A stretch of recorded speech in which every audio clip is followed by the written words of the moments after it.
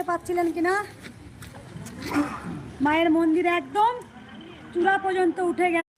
আপনারা ভিডিওতে দেখছেন কৃষ্ণকালী মায়ের মন্দির তৈরি হয়ে গেছে, কিন্তু এখনো একটু কাজ বাকি আছে, সেটা আপনারা দেখে বুঝতে পারছেন। কিন্তু মায়ের মন্দির হয়ে গেছে, কৃষ্ণকালী মায়ের পাকা মন্দির তৈরি হয়ে গেছে। এটাই তো খুব আনন্দের। আপনারা চ্যানেলটি সাবস্ক্রাইব করে রাখুন এবং ভিডিওগুলো বেশি বেশি করে শেয়ার করে দেবেন। ভিডিওতে অবশ্যই একটা লাইক করে দেবেন। নতুন নতুন আরও অনেক ভিডিও আসছে, আপনারা অবশ্যই চ্যানেলটি সাবস্ক্রাইব করে রাখুন। জয় কৃষ্ণকালী মায়ের জয়, জয় সোনা মায়ের জয়। কৃষ্ণকালী মায়ের মন্দিরে তোমরা কিভাবে আসবে, নতুন মন্দিরে কিভাবে আসবে, সম্পূর্ণ ঠিকানা আমি ভিডিওতে বলবো, তাই ভিডিওটা কেউ স্কিপ করবে না, সম্পূর্ণ ভিডিওটি দেখবে। আর ভিডিওতে অবশ্যই একটা লাইক করে দেবে, চ্যানেলটি সাবস্ক্রাইব করে রেখে দাও, নতুন নতুন আপডেট আসবে। বর্ধমানের কৃষ্ণকালী মায়ের মন্দির এখন কোথায়? বর্ধমানের বেলেরাতে এখন আর কৃষ্ণকালী মায়ের মন্দির নেই।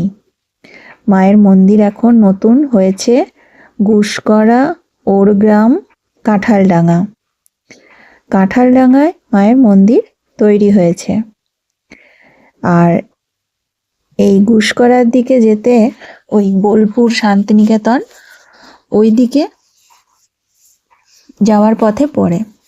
তো যারা ট্রেনে করে যাবে তারা গুসকরা স্টেশনে নামবে। আগে যেখানে মন্দির ছিল রাস্তাটা একটু সহজ ছিল, কিন্তু এখন রাস্তাটা একটু মানে একটু বাস পাল্টে ট্রেন পাল্টে যেতে হবে। তো যারা হাওড়ার দিক থেকে আসবে তারা বোলপুর শান্তিনিকেতন ওই দিকে যে ট্রেন যায় তোমরা সেই ট্রেনে যাবে। যদি ডাইরেক্ট ট্রেন থাকে তো খুব ভালো, সব সময় সব ট্রেনটা তো থাকে না অ্যাভেলেবেল। তো যদি থাকে ডাইরেক্ট তো তাতে চাপবে এবং গুসকরা স্টেশনে নামবে। কিন্তু যদি না থাকে তখন বর্ধমান অবধি এলে বর্ধমান থেকে আবার ওই দিকে ট্রেনে চাপলে এখানে আরও লোকাল ট্রেনগুলোও পাবে। তো তখন ওই ট্রেনে চাপলে বর্ধমান স্টেশন থেকে দিয়ে গুসকরা স্টেশনে নামতে হবে। আর গুসকরা স্টেশনে নেমে টোটো অটো পেয়ে যাবে।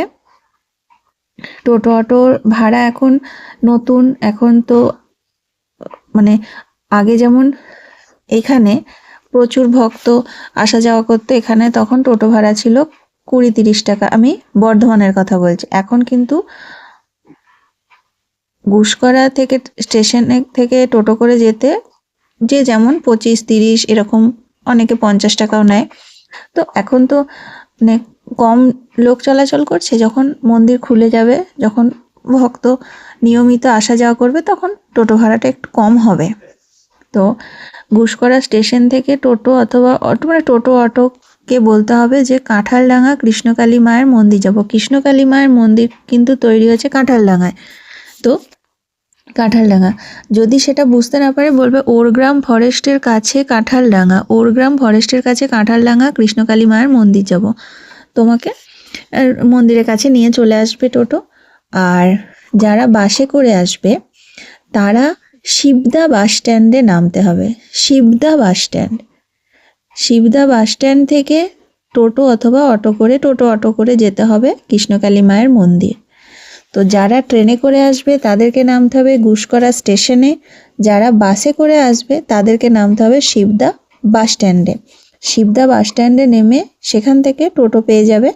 সেখান থেকে টোটোকে বলতে হবে কাঁঠালডাঙ্গা কৃষ্ণকালী মায়ের মন্দির। এখন মায়ের নতুন মন্দির যেখানে তৈরি হয়েছে সেই জায়গাটার নাম হচ্ছে কাঁঠালডাঙ্গা। তো কাঁঠালডাঙ্গা কৃষ্ণকালী মায়ের মন্দির যাব, টোটো মন্দিরের কাছে নিয়ে যাবে। কিন্তু তোমাদেরকে একটা কথা বলি, এখন কিন্তু কেউ মন্দিরে আসবে না। এখন কিন্তু মায়ের মন্দির বন্ধ। তার কারণ হচ্ছে মানে মায়ের মন্দিরে কাজ হচ্ছে, তাই এখন মা ভক্তদেরকে আসতে বারণ করেছেন। মায়ের নতুন মন্দির সম্পূর্ণ তৈরি হয়ে যাক, রং পাথর সব বসে যাক, একদম সম্পূর্ণ তৈরি হয়ে যাবে, তখন বৈশাখ মাসে কৃষ্ণকালী মায়ের বাৎসরিক উৎসব। তো সেইটা কবে সেটাও তোমরা জানতে পারবে। ভিডিওটা সম্পূর্ণ দেখবে, স্কিপ করবে না।